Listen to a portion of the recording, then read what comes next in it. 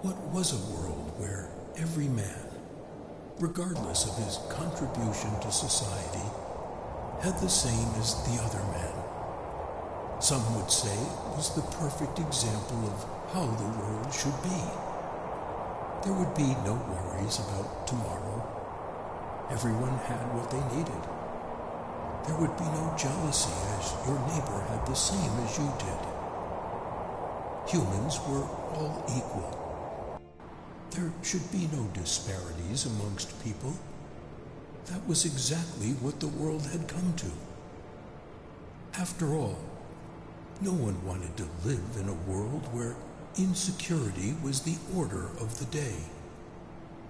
Families fighting for control of dynasties, governments wrestling for more power.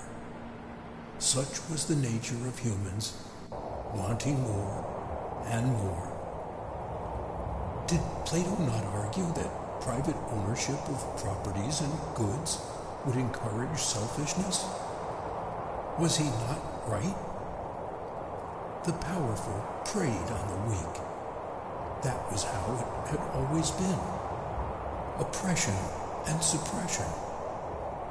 Tools used to subdue people, like they were slaves. People rebelled, as they had always done to past government, and after long debates on how to move on, they decided that every man should get what he deserved. Equal treatment. That was the new religion. That was what the world had become. Right now, at this very moment, even though great philosophers only theorized about living in this kind of world, they believed it was the perfect world, one without violence, where human beings had learned to subdue themselves and become rational, morally upright people.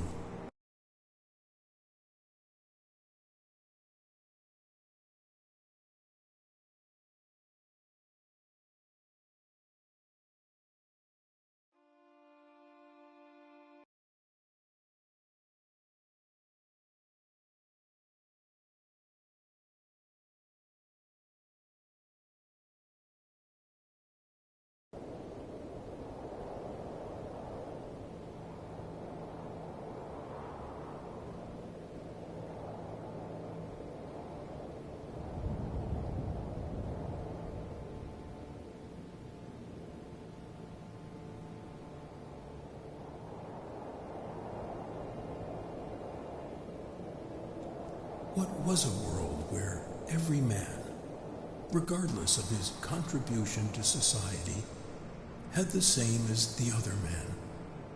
Some would say it was the perfect example of how the world should be. There would be no worries about tomorrow. Everyone had what they needed. There would be no jealousy as your neighbor had the same as you did. Humans were all equal. There should be no disparities amongst people. That was exactly what the world had come to. After all, no one wanted to live in a world where insecurity was the order of the day. Families fighting for control of dynasties, governments wrestling for more power. Such was the nature of humans, wanting more and more. Did Plato not argue that private ownership of properties and goods would encourage selfishness? Was he not right? The powerful preyed on the weak. That was how it had always been. Oppression and suppression. Tools used to subdue people, like they were slaves. People rebelled, as they had always done to past government, and after long debates on how to move on, they decided that every man should get what he deserved. Equal treatment. That was the new religion. That was what the world had become. Right now, At this very moment, even though great philosophers only theorized about living in this kind of world, they believed it was the perfect world, one without violence, where human beings had learned to subdue themselves and become rational, morally upright people. Resources would thrive because people would be using them the right way. There would be no exploitation, no discrimination. There would be no rich, no poor, just people. The schools where children learn would teach them how to live in a society like that. A sort of brainwashing. If they wanted a happy society, they had to live in harmony with their neighbors. That in itself was not a bad thing.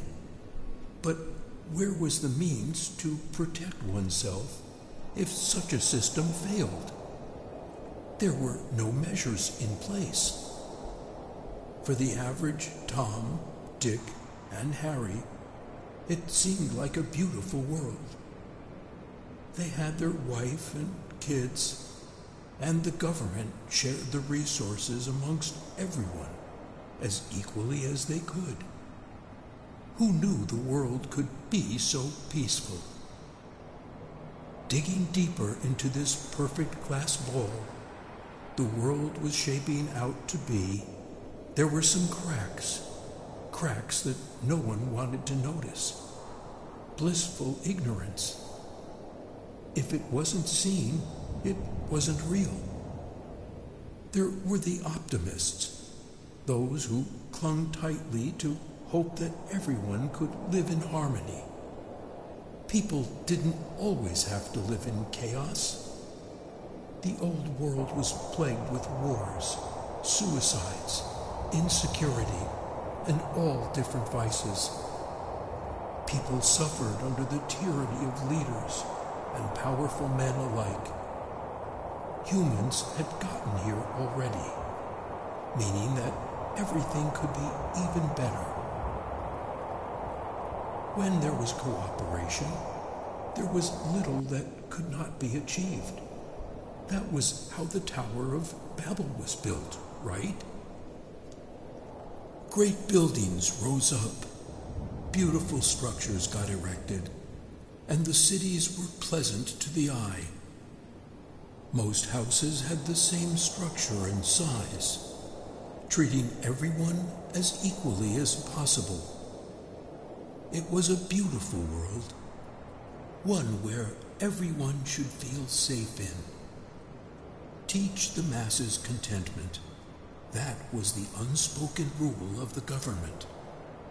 They had to present a united front. Together they abolished the concept of money. What determined what a person got was their worth to the society. It was an almost fail-safe form of ruling. It encouraged everyone to work hard. But human beings could never live with such restrictions for a long time. No matter how much one tried, there would always be the greedy, the selfish, and the cheats. Those kind of people would find their way of lives unappealing and look for ways to get more than they deserved. Crooks have been in existence since the dawn of time. They were always the ones responsible behind any government's upturning. They would look at equality and scoff, not wanting to be at the same level as anyone else. They saw the cracks in the seemingly perfect world and decided that the only way to fix the cracks was to shatter the glass ball and rebuild it from scratch. They wanted to seize control, and they wouldn't rest until they got it. Their beliefs would be that people shouldn't live in a cage. Everyone should be able to control their own lives and get whatever they wanted, even if it meant cheating others. People should be able to choose whether they wanted to be good or bad. They would band together and overthrow the government. Everything that good men and women worked hard to achieve would eventually be destroyed. Whose fault would that be? Perhaps one could attribute it to the rotten nature of humans that some gave into. At first, the government might try to reason with them, thinking there could be a way out, as it usually was. Surely, they would have had multiple attempts by the people to overthrow them or cause unrest. This time around, people would be ready to give their lives to the cause. They no longer wanted to sit home while a bunch of nose-pressed people dictated what they could get or couldn't get.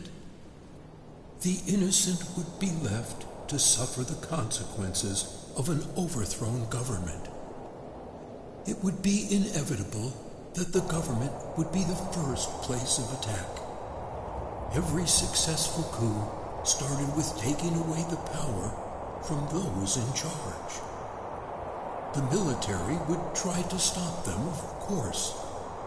But when sheer numbers of people revolt, there are only so many that could be killed or arrested. The military would be overwhelmed, and they would either flee from the violence or be destroyed by it. There would be little to no dignity, as people would be reduced to the lowest forms of themselves so they could live. Parents would abandon their children to run, and friends would betray one another. No one could have seen it coming. One day, families would be eating together or playing together. Men and women would be working when utter mayhem would descend. Screams would fill the air as all manner of atrocities would be happening. What would be the impact of the fall of what should have been a perfect world? That's right, chaos. In a world where no one dictated what was right or wrong, and people could get away with anything, chaos would reign. It only showed that humans could not function as reasonable, morally upright individuals without the punishment-reward system. The punishment-reward system, to a large extent, would keep most people on the right side, using their fear of punishment as an incentive to act right. This was once a perfect place, a harmonious society, and it was beyond unrecognizable now. The society had gone to pieces.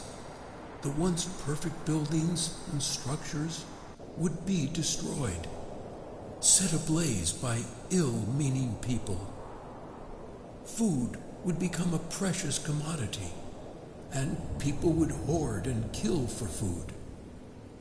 Rather than trying to solve the situation, they would want to live for themselves.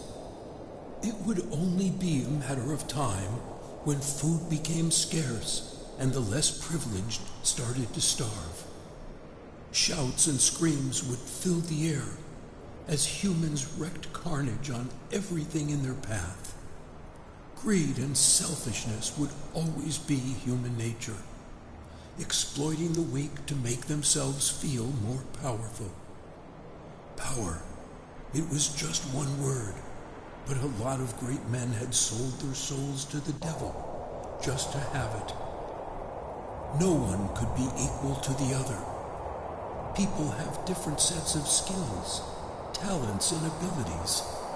Everyone has their own separate value system. Treating everyone the same way would actually be unfair. There were many variations on what people want their lives to look like, and it would simply be impossible